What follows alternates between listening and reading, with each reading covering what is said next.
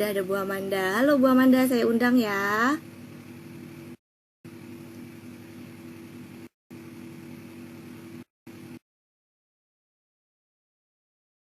Mau bincang-bincang sama Bu Amanda. Hai. Halo Bu Amanda. Halo. Apa kabarnya? Baik, sehat. Alhamdulillah sehat ya. Aduh, syukurlah, puji Tuhan ya. Ini juga semoga yang nonton para permisah kita ini juga. Bu Amanda di mana? Di sekolah, di rumah juga ini. Oh iya, jadi semua juga yang lagi nontonin mungkin juga lagi santai-santai di rumah kali ya. Iya, ada beberapa nama yang saya kenal nih. Oh iya. Terima kasih Iya sudah nih nonton. juga nih ada. Hai semuanya. Semoga hari ini kita bisa menginspirasi mereka ya, Bu Amanda. Amin. Jadi juga, Sabtu malam menginspirasi ya. Weekend malam minggu ya kan. Keren banget ini. Saya mengapresiasi banget Teresia. Ini kita udah yang ketiga sih Bu Amanda. Mulai coba-coba. Oke. Good. Terima kasih banget Bu Amanda udah nyediain waktu buat Sama-sama. berbagi sama kita. Sama-sama Ibu Iren. Nah, hari ini tuh kita bincang-bincangnya Bu Amanda tentang topiknya itu tips and trick mengelola emosi selama PJJ gitu. Nah, minggu yang lalu Ibu Amanda langsung ketawa nih bilang tips and trick mengelola emosi. Soalnya judulnya. Nah, ini karena juga lalu tuh IG live-nya kan tentang suka duka PJJ. Waktu itu sama narasumbernya kami itu Bu Rosa, salah satu orang tua murid di SD Santa Teresia, terus dibantu sama Bu Dia sebagai moderatornya. Dari situ juga ngumpulin beberapa ceritanya Bu Rosa, bagaimana Bu Rosa beradaptasi gitu kan dengan situasi PJJ ini gitu. Nah, mungkin saya cerita sedikit dulu kali ya tentang PJJ-nya SD Santa Teresia Bu Amanda. Gitu. Jadi ya semenjak wabah ini gitu kan, tentunya semua orang beradaptasi ya kan dengan situasi ini. SD Teresia sendiri pun juga berusaha gitu kan memberi buat kebutuhan sekolah sendiri gitu. Nah, sampai saat ini sih sistem PJJ kami tuh memakai akun Google Suite Bu Amanda gitu. Nah, itu jadi anak-anak ada pertemuan secara online tuh belajar tatap muka. Itu kalau untuk kelas 1 sampai kelas 3 dari jam 7 sampai jam 9 tatap muka online sama gurunya. Kalau yang kelas besar, kelas 4 sampai 6 itu mereka dari jam 7 sampai jam 10.30 gitu. Nah, habis itu dilanjutkan dengan mereka belajar mengerjakan tugas-tugas mandiri yang ada di Google Classroom seperti itu. Nah, itu udah lumayan berjalan dari yang tahun ajaran baru kemarin ini gitu Bu Amanda.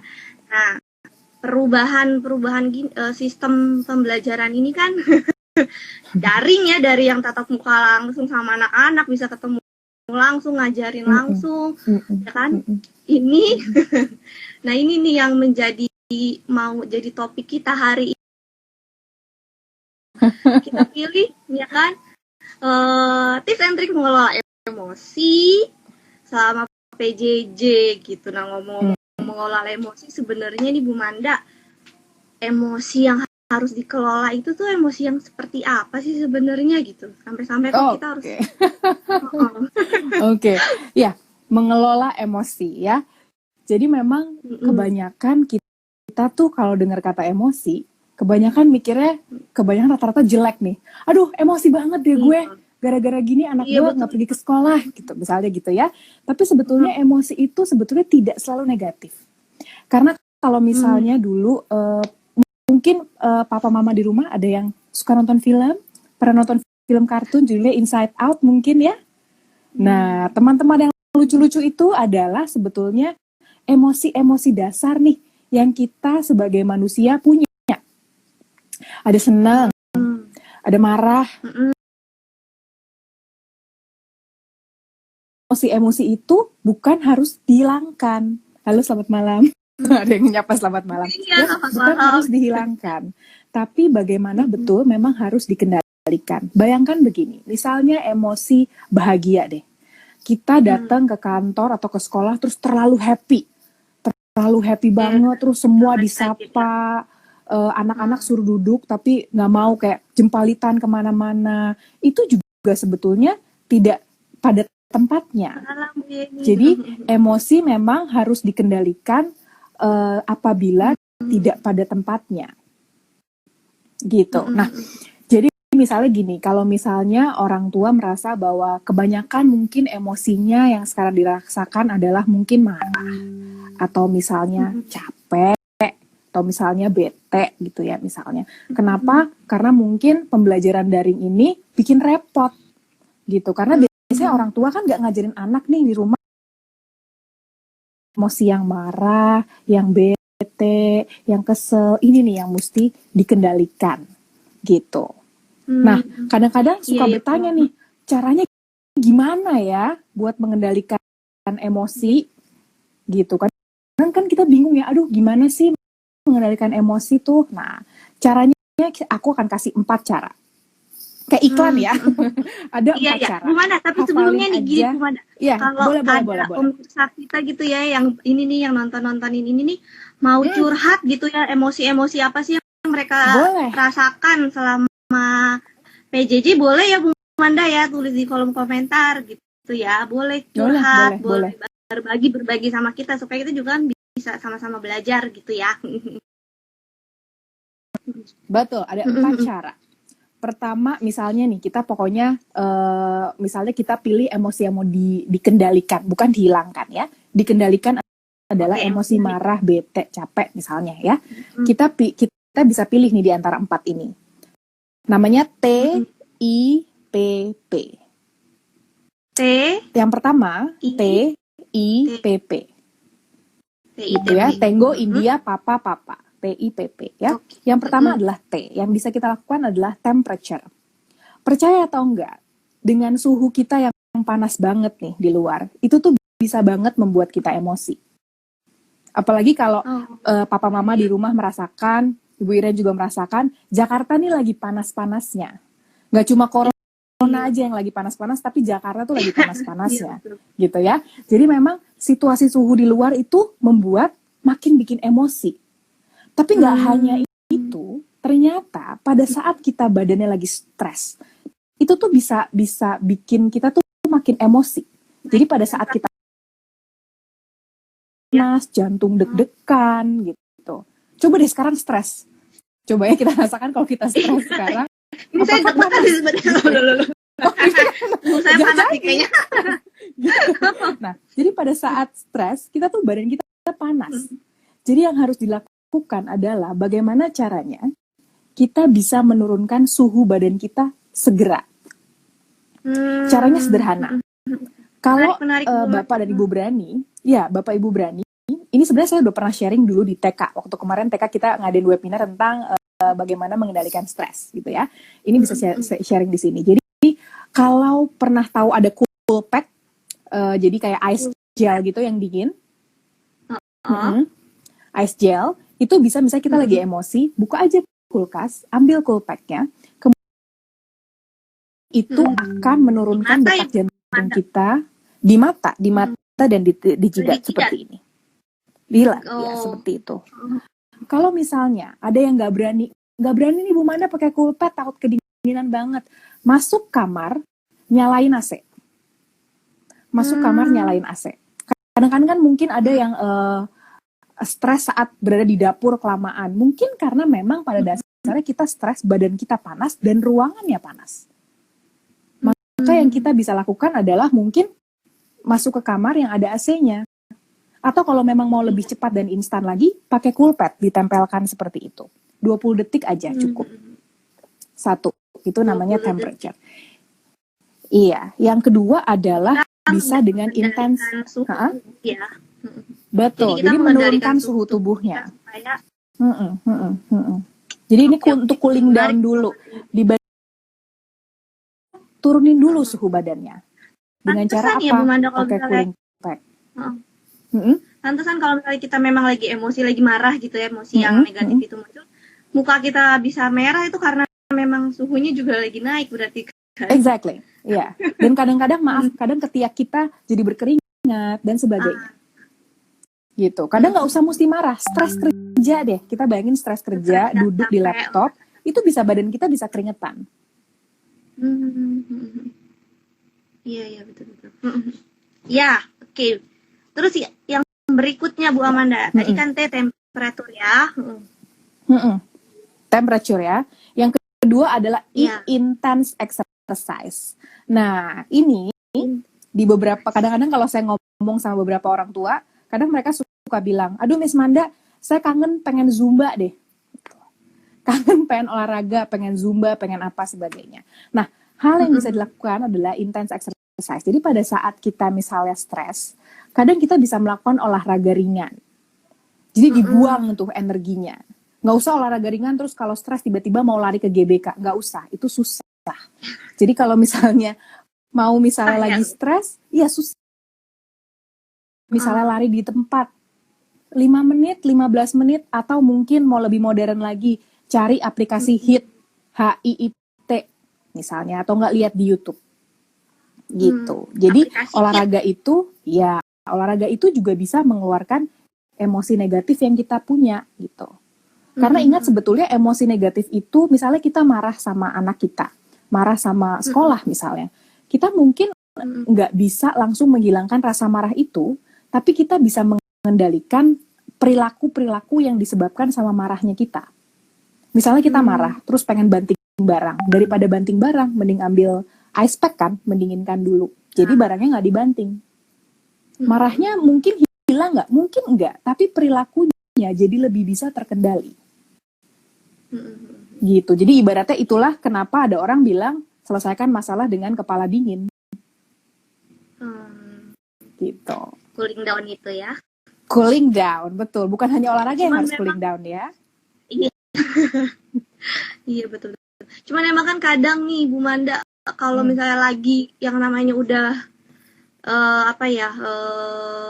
ngerasain marah atau ngerasain capek, ngerasain lelah tuh memang lebih cepatnya tuh ya kan berperilaku yang agak kasar gitu, yang lebih cepat. Kenapa itu ya Bu Manda? Karena mungkin juga itu disebabkan sama kebiasaan.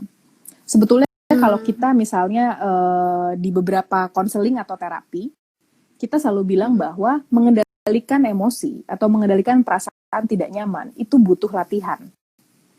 Oke. Gitu, butuh yang namanya latihan. Misalnya kita bilang, mungkin sekarang lagi orang-orang lagi demen happy-happynya, gemar-gemarnya melakukan yang namanya mindfulness, meditasi, here and now dan sebagainya. Tapi permasalahannya adalah mindfulness juga butuh latihan. Nggak mungkin kita bisa meditasi langsung 30 menit. Pasti harus ada latihannya. Gitu. Jadi pasti kita harus berlatih. Berlatih mengingat bahwa oke, aku lagi marah nih. Oke, berarti cari ice pack deh. Atau masuk ke kamar ber-AC dulu deh. Atau masuk ke mobil nyalain AC, kita langsung didinginkan. Gitu. Itu butuh latihan. Karena kadang itu kan respons kita yang sudah terbiasa kita lakukan kan, marah ngomong kasar. Sekarang kita latih, marah ngambil ice pack, marah olahraga misalnya. Mengenalin Bu Amanda. Bu Amanda kan berkecimpung di dunia konsultasi gitu kan. Ini kan Bu Amanda udah sehebat itu. Boleh tahu gak nih Bu Amanda dulu kuliah di mana sih gitu? Belajar di mana sampai sehebat? Kita mulai dari awal berarti ya. Oke. Iya. Bisa. Oke. Nah, dulu tuh saya waktu kuliahnya di Atmajaya. Jadi baik S1 maupun S2 memang di Atmajaya gitu ya. Setelah lulus dan sampai sekarang saya prakteknya di mana? Prakteknya di 2 tempat. Prakteknya di Klinik Wellness Indonesia di Kelapa Gading dan juga saya menjadi konsultan sekolah di Sekolah High Scope Indonesia. gitu, yang di Alfa Indah, Jakarta Barat gitu. Tapi waktu itu sempat saya juga berpraktek di Teresia, makanya mungkin ada papa mama yang mungkin pernah melihat saya sebelumnya gitu, dan iya, dan masih kontak juga sama saya sampai saat ini. Terima kasih gitu ya. Dan saya juga mau promosi ya. Nah, ini adalah Instagram saya @psy.amanda. Jadi buat teman-teman, buat bapak ibu yang mungkin mau konseling, mau tanya, bingung, mau curhat, bisa di follow dan nanti bisa DM gitu. Iya. Intens. Nah, ya, yang ketiga dan yang keempat. Yang ketiga ini adalah namanya pace breathing. Jadi itu tadi sebetulnya pace breathing itu latihan pernafasan, dan itu sebetulnya benar karena sebenarnya pada saat kita bernafasnya teratur gitu ya, pada saat bernafasnya teratur, kita tuh ngasih tahu ke badan kita. Jadi nafas kita ngasih tahu ke badan kita bahwa oh, Amanda udah nggak marah kok, relax aja. Jadi detak jantung juga menurun, panas badan kita juga menurun gitu. Jadi seperti itu. Tapi lagi-lagi ya, si pace breathing ini, latihan pernafasan ini harus berlatih. Caranya gimana nih Samanda? Gampang. Caranya cari di YouTube. Ada box breathing. Jadi box breathing itu latihannya pakai kotak. Jadi tarik nafas, terus abis itu tarik nafas, tahan, buang. Sesuai bentuk kotak. Oh, bahkan jadi ada bentuk anak-anak TK tuh bisa ngelakuin ini. Betul. Oke. Seru sih. Itu ya. Iya, betul. Latihan pernafasan. Terus abis itu, nanti alamat IG terbalik. Nanti ya saya tuliskan di sini. Ini terbalik. Kenapa terbalik? Nah, ini sih udah ada yang nanya, Bu Amanda, mau kita mau jawab pertanyaan dulu atau mau lanjut dulu untuk ininya sampai Oke, berarti ini satu lagi ya. Kita satu lagi habis itu langsung pertanyaan ya. Kayak yang satu lagi, yang terakhir itu adalah namanya paired muscle relaxation. Jadi kalau seandainya udah nafasnya udah selesai, udah bagus gitu ya. Pernah nggak sih kita melihat bahwa anak-anak tuh kalau marah menggeram, gitu. Pernah gemes sendiri. Ya. Nah, itu bisa kita lakukan. Jadi misalnya kita tekan tangan kita seperti ini 5 detik, habis itu release. Tekan lagi, itu release. Nah, ini bisa dikombine dengan pernafasan kita tadi. Gitu. Jadi gini sambil tarik nafas gitu. Tapi biasanya yang paling disukain sama orang-orang itu adalah 1 yang pakai S, 2 yang pernafasan. Kenapa? Karena itu sederhana.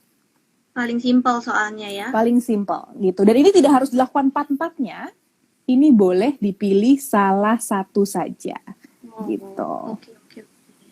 Gitu. Oke, mau lanjut, ada pertanyaan mungkin? Salah satu. Iya nih, tadi ada yang nanya. Bu Yuni sih, dari Bu Yuni nih. Bu Yuni nanya, kalau minum air putih bisa bantu nenangin juga nggak sih Bu Manda? Bisa juga, karena kan sebetulnya gini.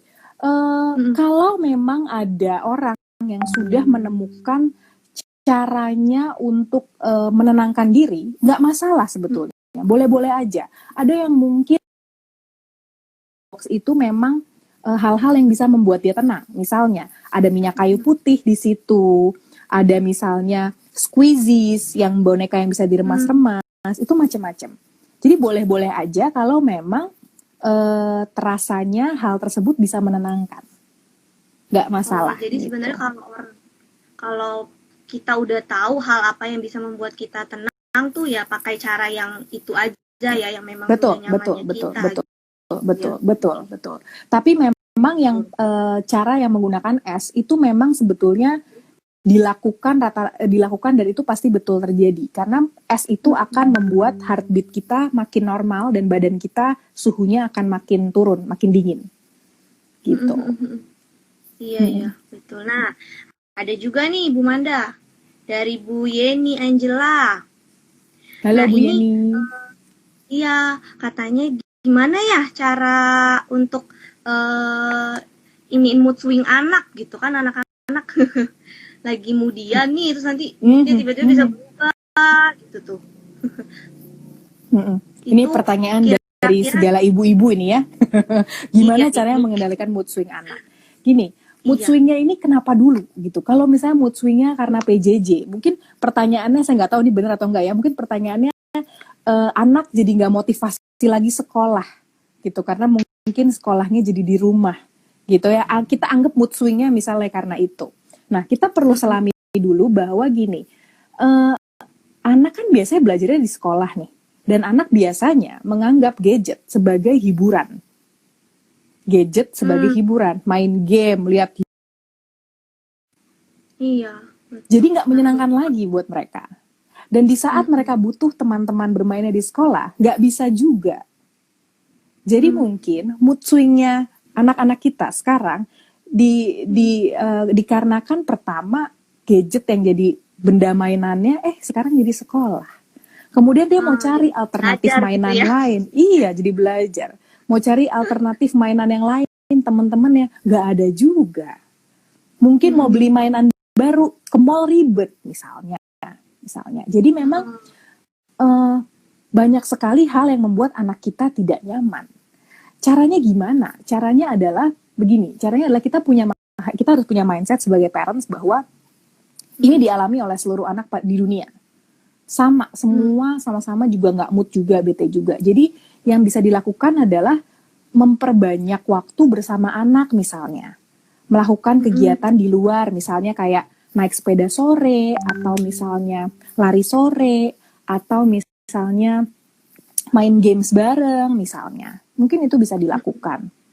Gitu. Iya. Jadi pertama-tama tuh kalau kita mau ngendalin mood swing anak tuh saya recap dulu ya Bu. Boleh. Cari tahu dulu ya sebabnya dia tuh bisa mood swing tuh kenapa, apa yang menyebabkan dia kayak gitu ya. Nanti baru kita bisa tahu yang harusnya dilakukan apa jadinya gitu. Betul. Iya. Ini juga ada dari Haisin. Mau tanya Bu, kalau misalnya ingin melakukan meditasi untuk diri sendiri itu bagaimana ya Bu biar kita bisa rileks baik untuk guru saat mengajar jarak jauh ataupun untuk orang tua mengajar anak langsung dan anak PJ. Ya mungkin ini meditasi ini jadi salah satu andalan. Oke. Bisa. Nah gini, sebetulnya bisa karena gini ada yang meditasi yang unguided tidak di-guide, jadi memang nggak ada suara, nggak ada instruksinya juga, tapi juga bisa jadi ada orang yang memang butuh meditasi yang ada guidance-nya. Nah, gimana latihannya? Thanks to the gadget, thanks to the technology, coba deh level sampai yang advanced level gitu. Jadi itu bisa di-guide dari situ. Gitu. Iya betul. Gitu karena nggak ada formula kita khususnya sih. Bukan sama teknologi ya. Nggak boleh. Iya. Harus sahabat betul. Iya, cuman ya memang ada tips gak Bu Amanda tapi kalau supaya bijak gitu pakai teknologinya. Supaya bijak pakai teknologi buat siapa? Orang tua atau buat anak? Mungkin buat orang tua juga, buat anak juga. Gitu. Oke. Kalau buat anak sebetulnya ini kan kadang-kadang orang tua nih suka resahnya adalah, kalau anak dikasih gadget ntar kalau buka yang aneh-aneh gimana Bu Manda gitu ya. Gini, ini kalau kita mulai dari YouTube deh. YouTube itu adalah channel TV yang baru buat anak-anak kita. Kalau dulu kita ada Indosiar, RCTI, SCTV gitu ya. Sekarang kita ada YouTube nih. Dan itu tuh ibaratnya kalau kita mau screen time, kasih aja screen time juga di YouTube-nya. Misalnya 1 jam. 1 jam aja di YouTube gitu misalnya. Gitu, kita batasin aja. Dan kalau misalnya mau searching gitu ya. Mau searching, saya nggak tahu tugas-tugas Teresia gimana nih tipikal searchingnya, apakah butuh searching atau gimana nih? Bisa butuh searching ya. Butuh searching mungkin orang tua juga, orang tua bisa cari tahu juga kira-kira anak ini lagi searching tentang apa. Jadi ibaratnya bisa guru mungkin juga bisa share ke orang tua bahwa hari ini temanya tentang Earth nih gitu. Jadi orang tua bisa ngawasin juga. Dan kadang-kadang anak-anak itu, kenapa sih anak-anak suka buka yang aneh-aneh? Karena kadang-kadang anak anak-anak itu suka udah mampet, suka buntu. Akhirnya dia buka yang aneh-aneh. Kita sebagai orang dewasa juga gitu loh. Buntu nih, mampet, misalnya lagi cari jawaban, misalnya lagi ngerjain skripsi deh, atau lagi ngerjain tesis, searching gitu ya. Giliran buntu, endingnya online shopping. Itu bisa terjadi. Iya, betul sekali. Nah, anak-anak gampang kita ke distrak ya kalau udah buntu. Nah, bayangin juga kalau anak-anak kita kalau udah buntu, mereka juga akhirnya bisa mendistract dirinya mereka sendiri gitu. Jadi makanya kalau orang tua kan, kita dewasa masih bisa ke distract, apalagi anak-anak gitu kan ya. Benar.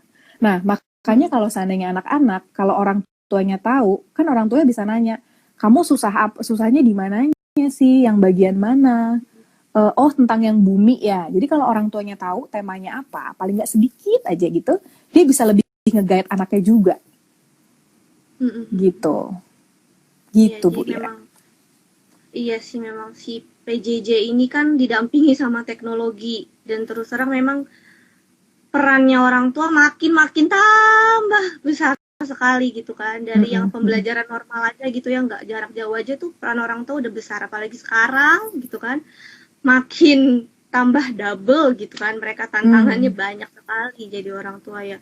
Ini juga kan hasil dari curcol-curcol beberapa orang tua gitu kan, Bu Manda. Tapi itu sekarang anak-anak itu tadi tuh mulai jenuh ya kan, karena nggak bisa ketemu teman-temannya. Mulai istilahnya mulai jadi susah dikasih tahu gitu kan, mau disuruh belajar enggak ini, karena kan di rumah jadi makin santai mereka nih gitu kan. Jadi memang orang tua posisinya sekarang jadi menggantikan guru kan di rumah gitu. Nah, kendala kesulitannya mereka itu adalah karena memang biasanya anak-anak tuh lebih dengerin guru daripada dengerin orang tua, dan sekarang orang tuanya yang lebih banyak harus nah banyak nasihatin anak, ngajak anak ayo belajar, itu tuh katanya udah bikin darting mereka. Tapi kan udah dapet tipsnya nih dari Bu Amanda ya. Ya. Dan mungkin gini, ini kita memang sedih banget karena pandemi ini nggak tahu sampai kapan gitu ya. Tapi mungkin ini adalah momen dimana kita juga bisa jadi pihak yang bisa didengar sama anak selain guru. Karena kan toh juga anak-anak kita juga gitu. Jadi bagaimana caranya kita bisa memposisikan supaya anak-anak kita juga mendengarkan kita. Kenapa sekarang susah banget? Karena gini, ingat bahwa anak-anak kita apapun jenjangnya, TK, SD, SMP, SMA, pasti stres dengan kondisi ini. Kenapa? Karena lingkup bermainnya mereka terbatas. Lingkup bermainnya terbatas, lingkup belajarnya terbatas juga gitu. Jadi mereka pasti stres. Nah, bayangkan kalau kita sebagai orang dewasa juga ikutan stres, gimana caranya kita bisa mau menjalin komunikasi sama anak? Gitu. Jadi kuncinya adalah sebetulnya kita sebagai orang-orang dewasa ini emosi atau mengendalikan stres kita sehingga kita bisa menjalin komunikasi yang lebih baik sama anak. Butuh waktu nggak? Pasti butuh. Toh guru-guru, coba saya tanya Bu Ira sama ibu-ibu guru lainnya, emang PDKT sama anak sehari jadi? Enggak kan? Iya, dan percaya atau tidak, guru-guru itu pasti punya pengalaman seperti ini. PDKT sama anak-anak beda-beda. Ada yang anak gampang banget dimasukin. Ini guru BK pasti tahu. Ada anak yang gampang banget dideketin, tapi ada anak yang sampai udah setahun barengan tuh tetap tertutup. Gitu, pasti begitu. Betul. Begitu juga dengan anak-anak kita. Nah, mungkin kita ngerasanya kebetulan anak kita tertutup. Nah, udah. Jadinya begitu. Gitu. Oke. Iya, gitu. Jadi memang perannya orang dewasa untuk bisa ngendaliin emosi dirinya. Itu ya, yang penting kan transfer ke anaknya nanti ya. Ngaruh ke komunikasi juga kan, karena itu ya Bu Amanda ya. Kalau kitanya bisa kepala dingin, maka komunikasinya akan jadi lebih enak sama anak-anak kita. Gitu. Betul. Iya Bu Manda. Memang ini situasi kayak gini macam-macam penyebab darah tingginya Bu Manda. Betul. Ini yang biasanya yang darting di sekolah aja gitu, sekarang dartingnya berdua nih, sekolah sama rumah. Iya, betul. Gitu. Iya. Baik pihak guru juga pusing gitu kan. Gimana ya caranya nyiapin materi atau video pembelajaran yang menarik buat anak supaya nggak bosen, terus juga supaya tetap interaktif karena kan mereka jauh gitu. Terus juga karena nggak bisa ngajar langsung, jadi ya tambah makin pusing dengan apa ya, harus ngajarin anak dengan membagi waktu antara pekerjaan sama dampingin anak belajar, belum lagi harus ikutan belajar pelajarannya. Yang menarik ini Bu Amanda, ada yang curhatnya sampai ya ampun Bu, saya baru tahu kalau matematika itu pengurangan ada cara panjang, ada cara pendek. Terus juga kalau nulis huruf sambung ternyata bentuknya ya tidak seperti apa yang saya bayangkan, yang biasanya saya tahu gitu kan. Jadi orang tua nih effortnya juga sangat besar sekali karena mereka butuh waktu untuk belajar lagi, butuh waktu untuk mendampingin anak belajar gitu kan. Jadi otomatis pasti ya lelah kan ya Bu Amanda ya. Jadi ini yang bisa memicu mereka jadi mungkin suhunya jadi naik gitu ya, temperatur badannya jadi merasa panas gitu. Iya, merasa panas karena lamanya itu aduh. Iya benar-benar. Setelah ngobrol sama Bu Amanda ketemu sih memang temperatur suhu itu penting juga ya, kita mulai aware gitu dengan suhu tubuh kita. Iya Bu Amanda, gitu sih. Orang tua juga harus mulai belajar ngerekam video karena tugas-tugas juga banyak memakai video gitu kan. Itu luar biasa sih memang untuk orang tua sendiri. Kalau waktu itu saya menyarankan juga sama beberapa guru juga, kemudian di sekolah saya juga saya sarankan bahwa gini, kadangkala kita ini kan posisi pandemi ini, orang tua sebetulnya bukan juga guru, jadi mereka tetap orang tua gitu, mereka orang tua dan juga mungkin mereka punya pekerjaan lain juga, sehingga mereka juga belum tentu bisa memposisikan diri sebagai guru yang full time gitu. Dan juga orang tua yang tadi betul mengeluhkan misalnya, aduh ini mesti fotonya diedit, ini foto di rotate kok nggak bisa, kadang sesederhana itu gitu ya.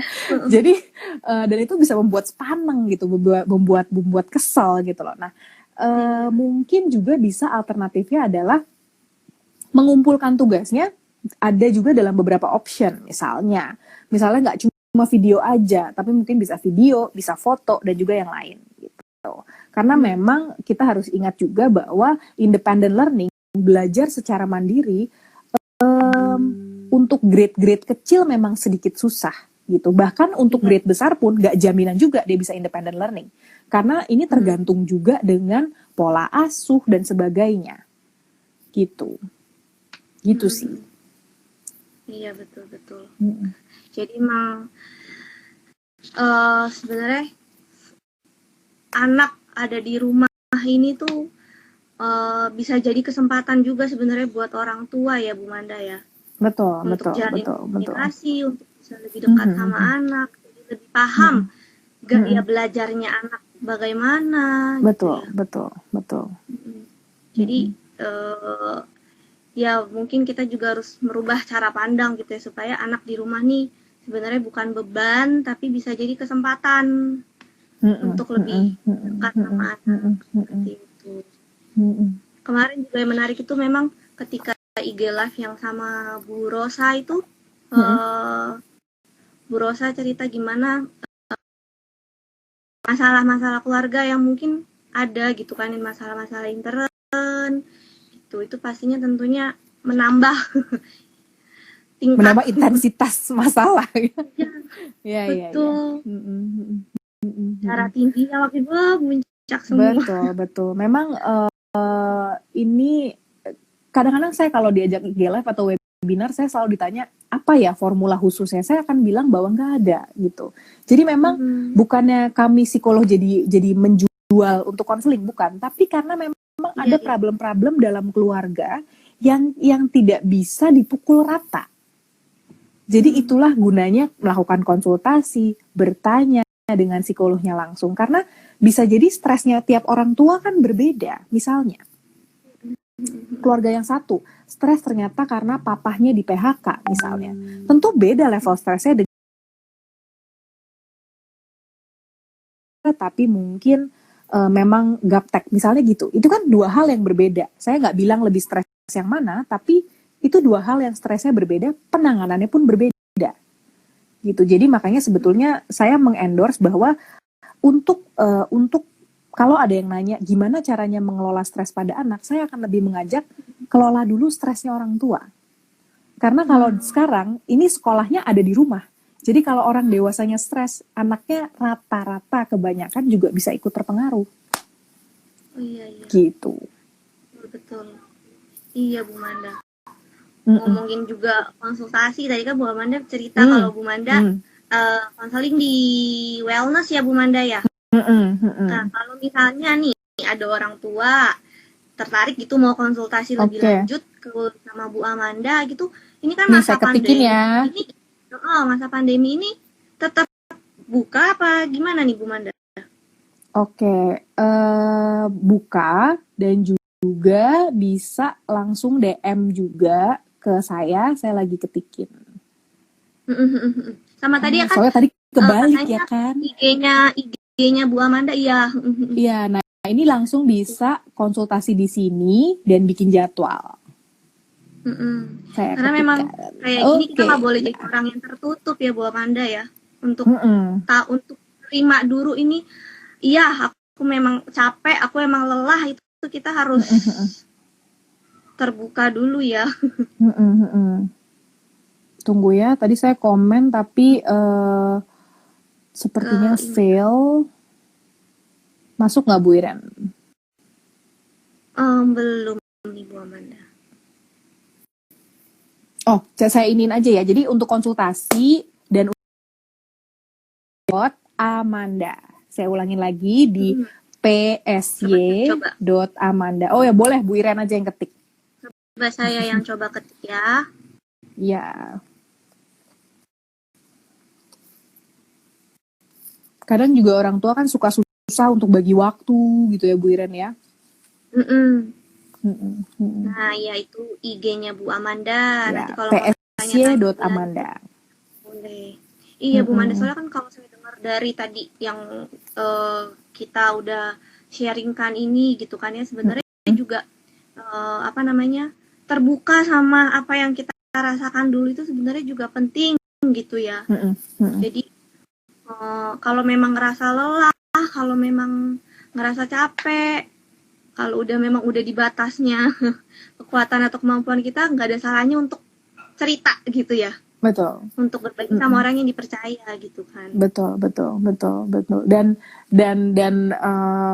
itu menjadi penting banget karena kadang-kadang saat kita terbuka, saat kita bisa meluapkan apa yang kita rasakan, di situ juga kita jadi lebih lega. Gitu sih. Gitu. Itulah gunanya sebetulnya di sekolah ada counselor, ada psychologist, ada guru BK karena sebetulnya kita butuh tempat sampah lah ibaratnya gitu. Untuk meluapkan perasaan kita gitu. Gitu. Iya, karena buat para orang tua kadang kan orang tua ngerasanya sendirian nih sekarang. Percayalah orang tua kalian nggak sendirian. Kita sama-sama merasakan ini sulit dan feel free untuk mental anak-anak kita saat ini ada di tangan kita semua yang ada di rumah yang sama dengan anak-anak kita. Kalau guru nggak kelihatan, gurunya cuma virtual. Bu Iren nggak kelihatan, cuma virtual. Tapi mama papa di rumah itu benar-benar in touch sama anaknya. Dan kalau anaknya nggak kita marahin. Itu ya perasaan. Betul, anaknya nggak kita marahin, tapi anaknya ngelihat papa mamanya stres berantem gitu, itu juga ngaruh kan anak-anak kita kan, gitu. Gitu sih. Semakin besar nih tantangannya orang tua zaman sekarang, orang-orang dewasa lainnya karena yaitu kita juga memberi pengaruh buat anak-anak yang. Iya, ini masa belajar buat kita sih semua sebetulnya, gitu. Iya Bu Manda. Gitu sih. Nah, jadi nih Bu Manda, tadi setelah kita udah diskusi itu kan, jadi tips and triknya itu ya ada TIPP ya Bu Manda ya. TIPP, Tango India Papa Papa. TIPP. T yang pertama itu temperatur ya. Jadi ini mungkin buat juga yang baru join, jadi bisa sekalian kita ulas ulang lagi nih Bu Manda gitu kan. Kita perlu ngendaliin suhu tubuh kita dulu gitu ya. Kita lagi istilahnya punya emosi-emosi yang negatif, itu suhu tubuhnya memang lagi dalam kondisi naik, apalagi juga dengan situasi cuaca seperti ini gitu ya. Jadi makin mendidih lah itu ya. Iya, lagi mendidih, lagi panas-panasnya gitu ya. Jadi semua hal bisa jadi panas gitu saat ini. Betul. Jadi kita perlu pendinginan gitu ya. Tadi juga ada saran mau pakai cool pad gitu atau masuk ke ruangan yang lebih sejuk, yang lebih dingin seperti itu. Atau kalau misalnya punya cara atau punya teknik sendiri yang memang sudah bisa meredakan ininya, bisa dipakai. Wah, boleh dilakukan. Boleh banget. Terus yang kedua itu intense exercise ya Bu Amanda. Jadi olahraga apapun yang sederhana yang bisa dilakukan di rumah, ya silahkan dilakukan gitu ya. Gak harus sampai jauh-jauh ke GBK. Gak usah rencana ke GBK gitu, gak usah gitu. Di rumah aja yang bisa dilakuin apa. Rencanain aja, mungkin dalam saat ngerencanainnya aja bisa jadi ada hal-hal yang jadi bikin micu emosi juga ya. Iya. Udah mau berangkat gak jadi, makin bikin bete kan?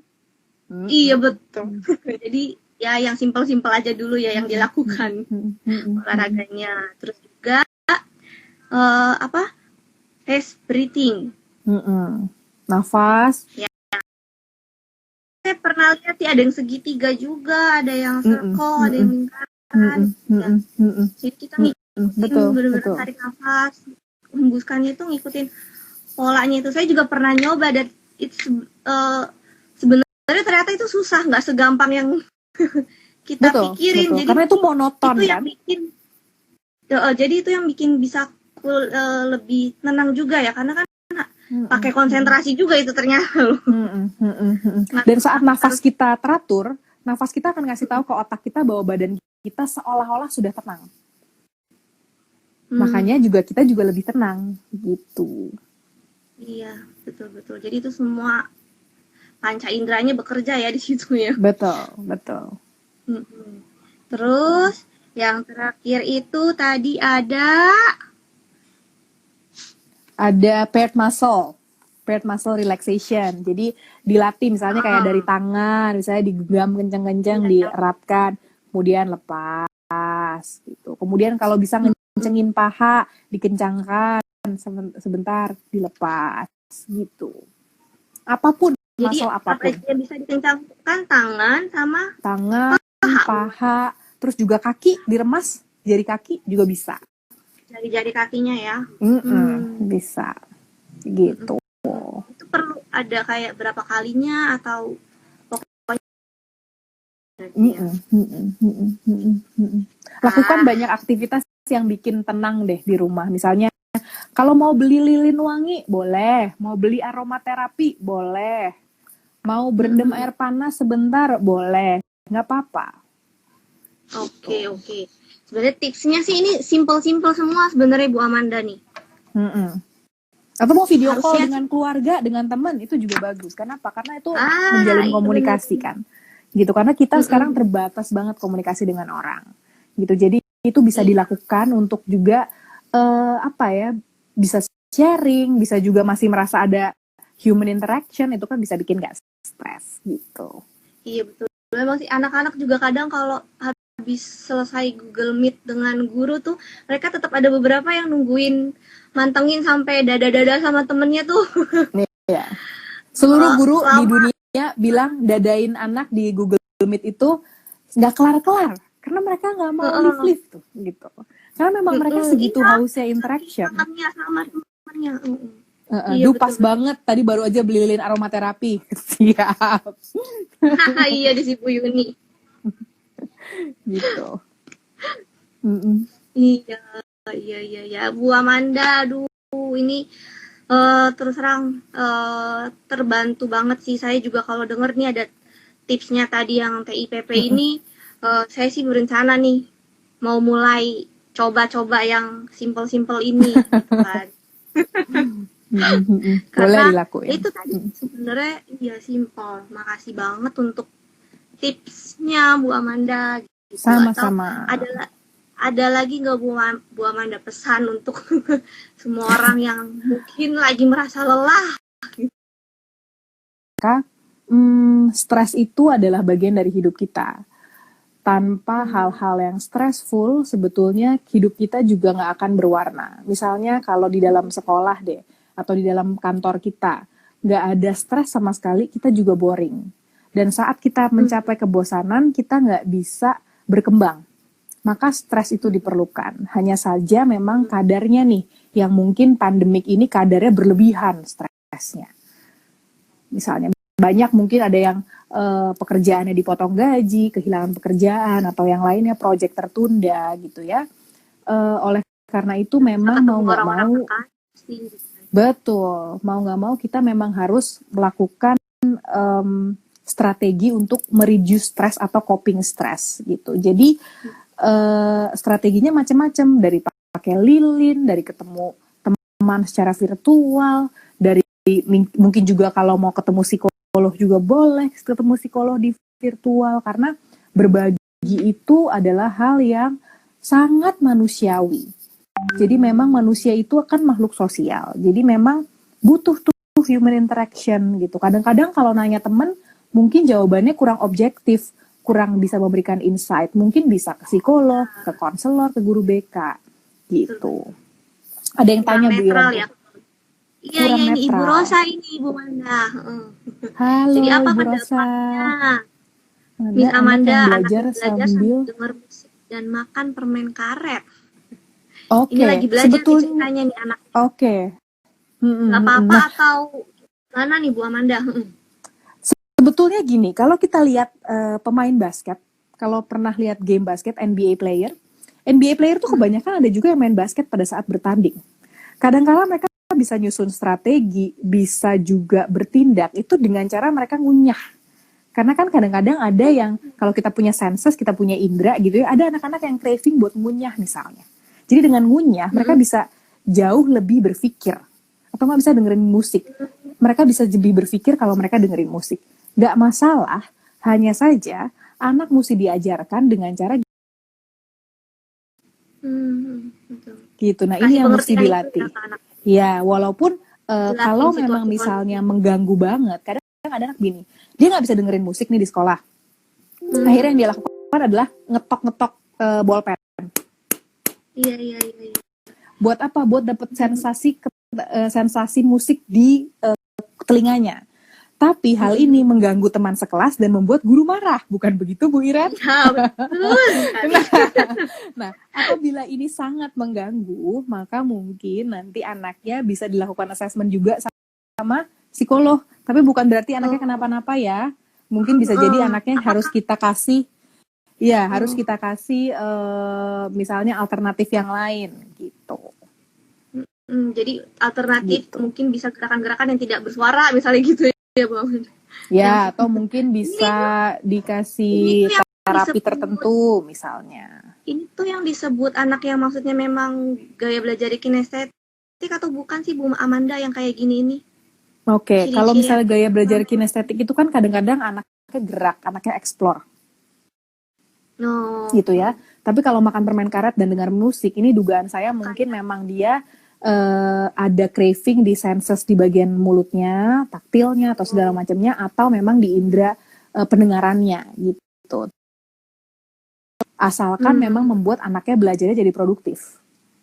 Gitu. Dan dijelaskan situasi kondisinya tadi ya, kalau di rumah mungkin bisa, tapi nanti kalau di sekolah nggak bisa tuh gimana gitu ya.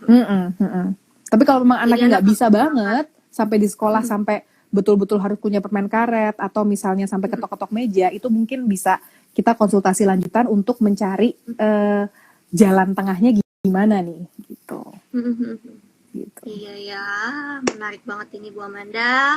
Mm-mm. Terbantu sekali ini sharing dengan Bu Amanda waktu itu. Kemarin juga Bu Rosa juga sempat berbagi tipsnya. Maksudnya yang penting itu memang komunikasi gitu kan selama masa ini supaya nggak terlalu merasa yaitu stres gitu kan gitu. Jadi memang komunikasi itu penting. Sama kemarin tuh yang saya ingat dari Bu Rosa itu adalah mengandalkan Tuhan katanya. Iya.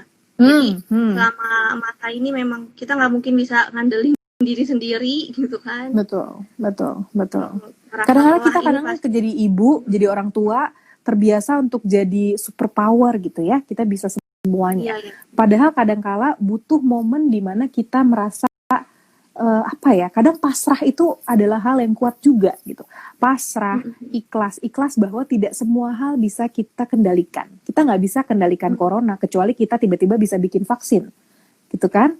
Jadi memang ada hal-hal yang memang kita sudah kita ikhlaskan, kita berserah, tapi bukan berarti pasrah, gitu. Iya deh Bu Amanda.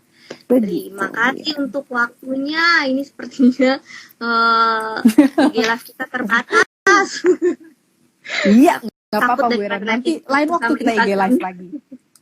Iya, kapan-kapan mungkin nanti kalau parents juga ada ide ya, maksudnya Bu bikin topik ini dong gitu kan. Boleh kan ya nanti kita ngobrol lagi gitu. Iya deh. Bu Amanda terima kasih untuk waktunya. Semoga selalu sukses di dalam karya sama pelayanannya ya Bu Amanda.